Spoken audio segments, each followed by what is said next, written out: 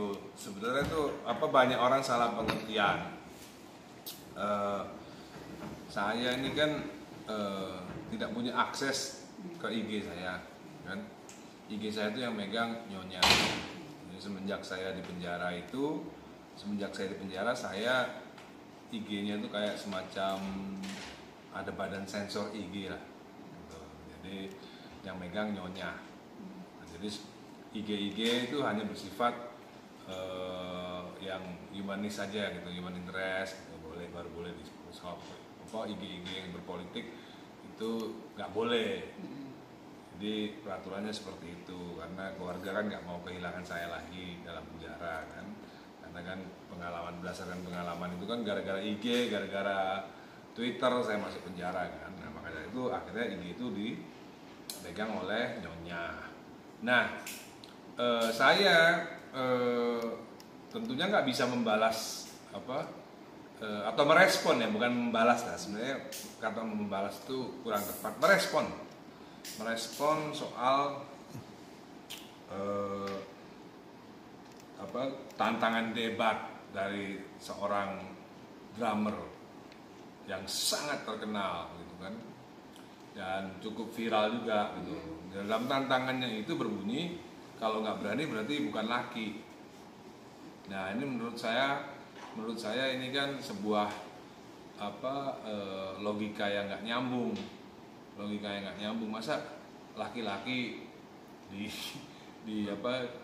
dikonotasikan bila tidak mau diajak debat, bila tidak berani diajak debat itu namanya bukan laki-laki. Nah ini kan logika yang salah ya, logical fallacy. Maka dari itu saya meresponnya pun juga dengan logika yang baik juga menurut saya gitu kan. Jadi ya buat lelaki seperti saya nih, udah punya anak 5 lah ya, punya anak 5, itu nggak perlu lagi sebenarnya menunjukkan kelaki-lakian hanya dengan melayani perdebatan, apalagi perdebatan soal agama. Nah, maka dari itu saya cuman kirim ke Al aja kalimat itu, kirim gambarnya ke IG-nya Al, dan Al ternyata juga sama baca, dan Al juga tentunya sebagai anak yang tentunya marah, dan dia juga mengupload IG itu gitu ya. Dan disertai asbabul nuzulnya, jadi disertai IG awalnya. Jadi IG itu nggak ujuk-ujuk ada tiba-tiba muncul kalimat seperti itu ya, bahwa lelaki yang sudah punya 7 anak itu 5 anak itu nggak perlu repot-repot menunjukkan bahwa dia laki-laki. Itu ada asbabul nuzulnya, jadi bukan tiba-tiba kalimat itu keluar gitu. Tapi mungkin ada yang tersinggung karena kita ketika baca komen-komen yang ada yang tersinggung, mungkin ada yang tersinggung ya. Saya rasa nggak tersinggung. Temen saya yang nggak punya anak juga banyak kok, kan drummernya Dewa Tio sampai sekarang juga nggak punya anak. Ya biasa aja, memang dia nggak mau punya anak gitu kan.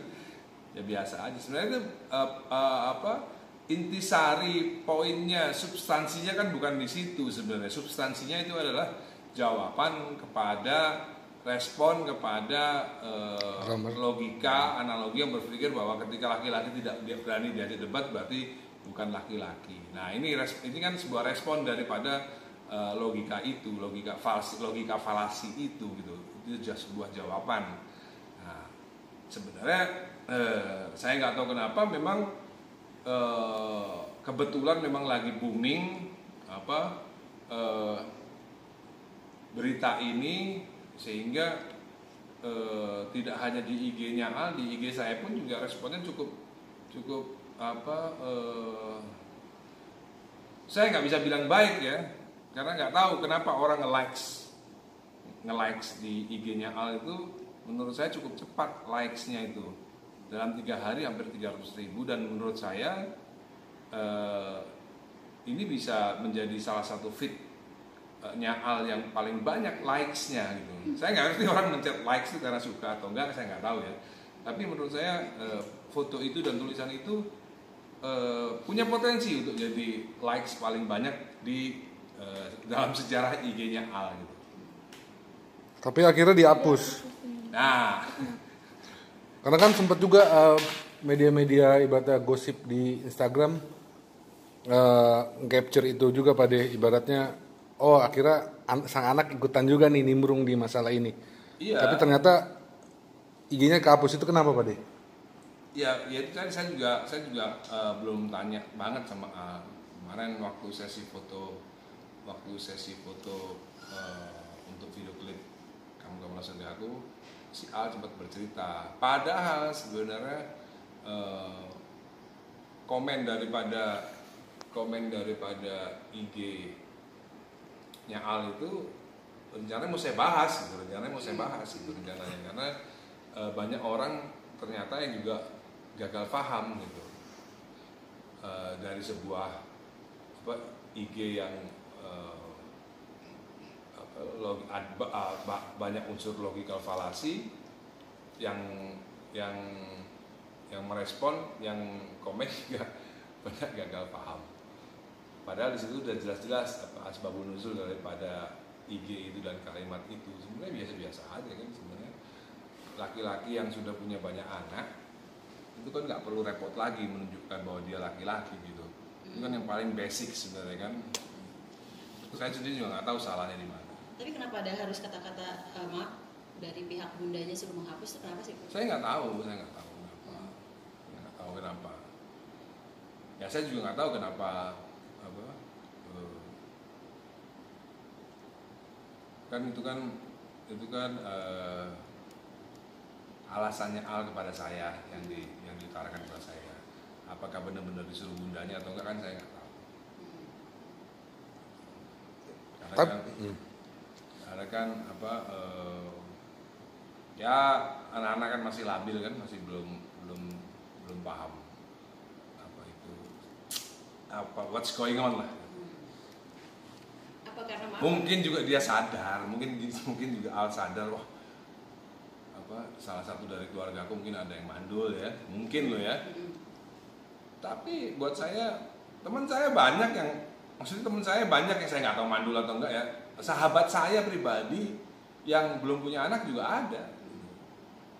Tapi ya nggak bakal tersinggung dengan kalimat itu karena asbabun nuzulnya kan bukan itu.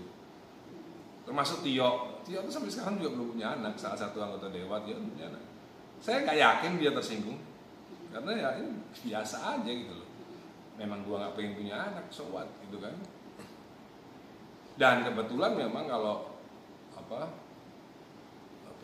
rata-rata laki-laki yang punya banyak anak ya memang laki-laki beneran gitu. Karena nomor satu ya orang berani memutuskan untuk punya anak itu kan berarti kan dia berani tanggung jawab, ya kan? Berani tanggung jawab. Ayah saya itu anak ke-9, jadi saya masih kalah. Ayah saya itu anaknya 9, saya masih 5. Menurut saya masih laki-lakian bapak saya. Ayah saya lebih laki-laki daripada saya. Ini dari pandangan soal laki-laki yang paling basic. Tapi kenapa tumen-tumenan seorang Ahmad Dhani ngeladenin seorang drummer ibaratnya akhirnya kemakan juga umpannya apa gimana nih? Begini jelaskan. Kebetulan saya lagi bingung soal konten YouTube. Nah, kebetulan ada yang ngasih. Saya juga japri ke Jering juga. Terima kasih ya udah dikasih konten. Kemarin kita lagi kepikiran konten apa ya buat YouTube. Dikasih konten, kita makan gitu. Konten kita kan bukan konten prank-prankan kan, bukan konten masak-memasak, bukan konten yang nggak ada isinya. Konten YouTube saya itu konten yang mempunyai tujuan mencerdaskan kehidupan berbangsa dan bernegara. Jadi dalam konten YouTube saya yang ada hubungannya dengan drummer tersebut, disitulah ada ilmu yang bisa didapat. Gitu. Dan ternyata respon masyarakat baik juga gitu. Karena tayangan YouTube saya yang itu cukup lumayan kencang juga viewernya gitu. Yang catatan mas sama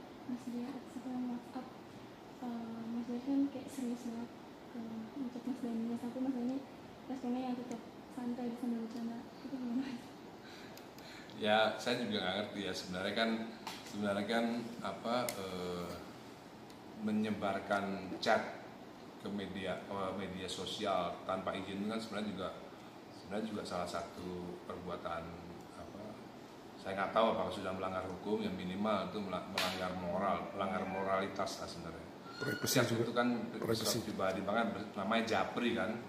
Japri singkatan apa sih? Jaringan pribadi.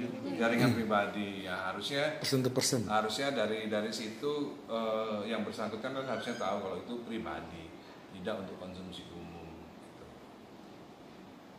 Tapi sebenarnya Padi kenal nggak sih sama drummer itu? Nggak Sebenarnya kenal. nggak kenal ya, nggak sama sekali nggak kenal. Tapi tahu nggak namanya? Tapi kan bandnya itu kan Namanya tahu. Tapi belum pernah ketemu atau ngobrol gitu ya? Belum pernah ketemu. Nah, tantangan itu sendiri Pak Dev terima? Loh, kan saya sudah saya ceritakan bahwa di dalam agama Islam itu debat agama itu dilarang.